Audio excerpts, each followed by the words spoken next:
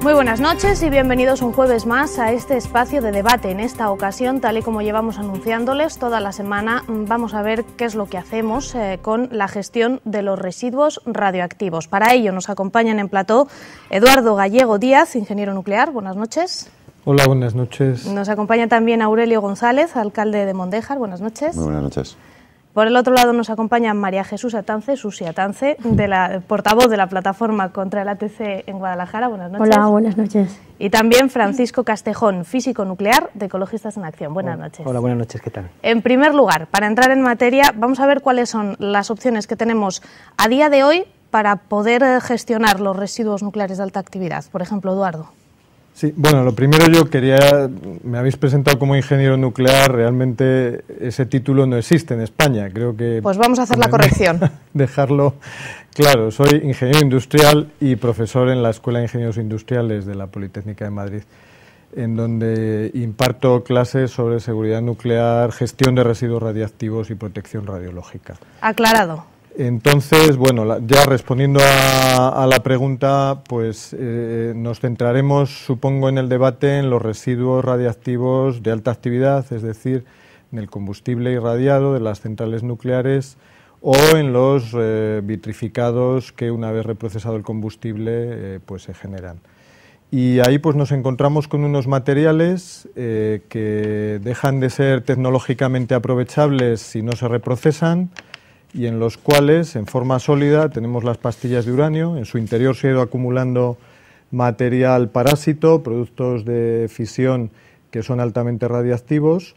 Estas pastillas se alojan dentro de tubos metálicos y, bueno, pues emiten mucha radiación y emiten mucho calor. Por lo tanto, pues hay que mantenerlos aislados de las personas, hay que mantenerlos refrigerados y esas son las misiones principales que se deben de cumplir. Los primeros años se mantienen en piscinas porque ahí el agua nos atenúa las radiaciones y nos refrigera el material, pero transcurridos esos años y sobre todo pensando en décadas, como es el caso, pues tenemos que buscar algo que garantice ese aislamiento y esa refrigeración durante el tiempo necesario y de la manera más simple, más tecnológica y más segura. Entonces así es como se ha llegado a pensar pues en soluciones como son las que hay en los almacenes temporales individualizados, los ATIs, que se llaman, que son el almacén temporal para el combustible de una sola central, para que nos entendamos, y típicamente pues estos ATIs son contenedores metálicos en cuyo interior se alojan estas barras de combustible,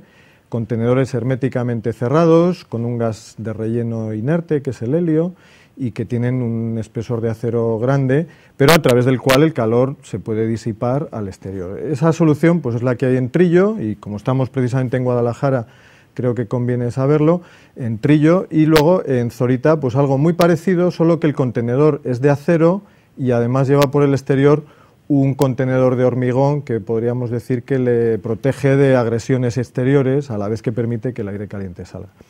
Bueno, si hablamos ya de centralizar el combustible de todas las centrales, pues entonces se ha considerado preferible una opción que vaya a buscar cumplir con esas mismas funciones, pero en forma de una sola instalación, un solo almacén. Y por lo tanto, pues ahí estas funciones se cumplirían dentro de un búnker de hormigón, para que nos entendamos, de paredes de 1,5 metros como mínimo de grosor, de un hormigón fuertemente reforzado, con lo cual las radiaciones ya no van a salir, y luego tenemos que disipar el calor y mantener aislados los productos. Para disipar el calor, pues simplemente el calor se transmite a través de los metales hacia el aire y ese aire caliente se va a dejar que salga a través de unas chimeneas. Y por el otro lado, pues tenemos que mantener aislados los productos. Para mantenerlos aislados, pues dotamos al almacén de una serie de tubos que tienen doble pared, dentro hay una cápsula totalmente hermética y luego pues hay otro tubo de acero también en donde se tapa con acero y con un tapón de hormigón también de 1,5 metros, de forma que se garantice el aislamiento en los plazos de los que estamos hablando. Así que un poco por resumir, se trata de dejarlo que se enfríe y mientras se va enfriando disipar el calor y frenar las radiaciones que emite. Básicamente esas son las dos funciones. Tiene otras instalaciones anejas, pero yo creo que para no acaparar tanto tiempo, luego vamos a lo mejor a tener que entrar en ello. Nos hacemos una idea. Así se gestiona en España y se quiere gestionar, pero ¿cómo se gestiona en otros países, por ejemplo en Francia, en Holanda o en Alemania, Paco? En otros países hay soluciones similares. El problema de estas soluciones es que todas son temporales. No hay ninguna solución definitiva para atacar el problema de los residuos radiactivos.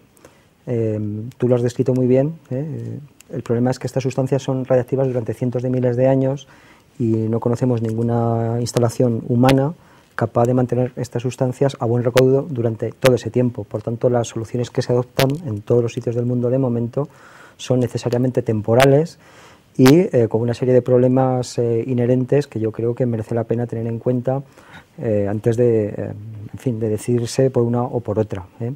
El caso español pues está tomando el caso de referencia de Holanda, el de Havog, ¿no? Havog son las siglas del almacén, ¿no? en holandés, y se dice que es parecido. Lo que pasa es que a la hora de la verdad pues no va a ser tan parecido, ¿no? Es decir, la instalación es similar, pero en España vamos a tratar otro tipo de residuos distintos, además de los que hay en Havog, ¿no? Estamos hablando además 3 tipos de residuos, ¿no? Los vitrificados, el combustible y el grafito de Vandellós 1.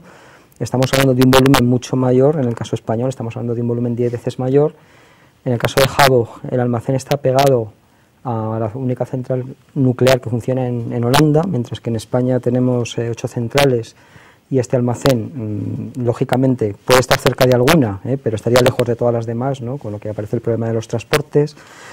En fin, estamos hablando de una situación específica en España que es distinta de las que se han usado en otros países, y lo que de alguna manera refleja esta discrepancia a la hora de gestionar los residuos, pues un poco lo que venimos diciendo, ¿no? Y conocemos todos, que no hay solución técnica definitiva, que todas tienen problemas y que nos tenemos que enfrentar de la forma menos dañina posible con este problema.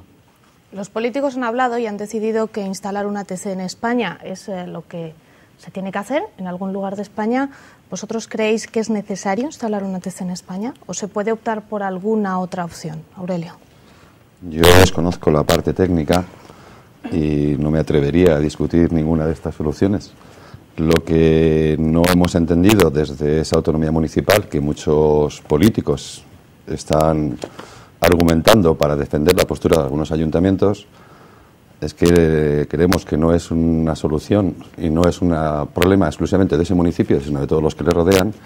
Tanta autonomía municipal tiene ese alcalde como los demás que nos estamos negando.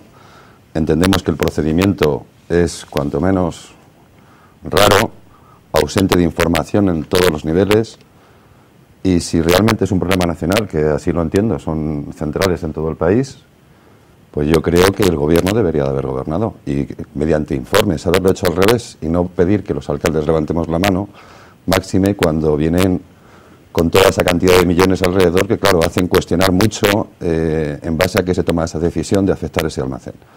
El hecho de que el gobierno hubiera planteado estudios técnicos de seguridad, de transporte, hubiera hecho información, hubiera hecho debate en los ayuntamientos, pues probablemente la gente de a pie, como yo, hubiéramos cambiado la percepción que tenemos de los residuos nucleares, que es lo que no ha ocurrido.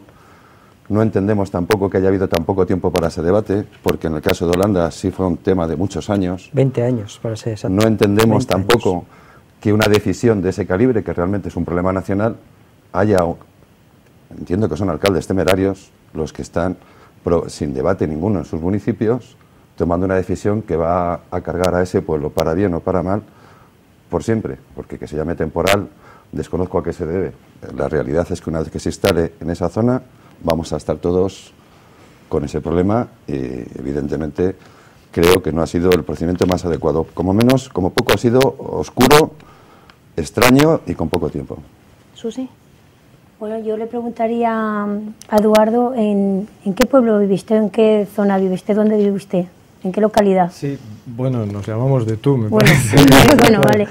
Pero vamos, sí, yo vivo en el Escorial. Entonces, ahora que está saliendo a nivel nacional todo este tema y es tan abundante, me gustaría preguntarle si a usted le gustaría que el alcalde del Escorial solicitara un almacén temporal centralizado para ubicarlo en esa localidad. Bueno, yo creo que no me importaría. El Escorial no es apto porque no reúne los requisitos, digamos, está dentro de los criterios de exclusión que establece la convocatoria. Pero desde luego me gustaría que si lo hiciera, pues bueno, hubiera de alguna manera informado antes de tomarla. Y creo que en fin, por la información de la que yo dispongo,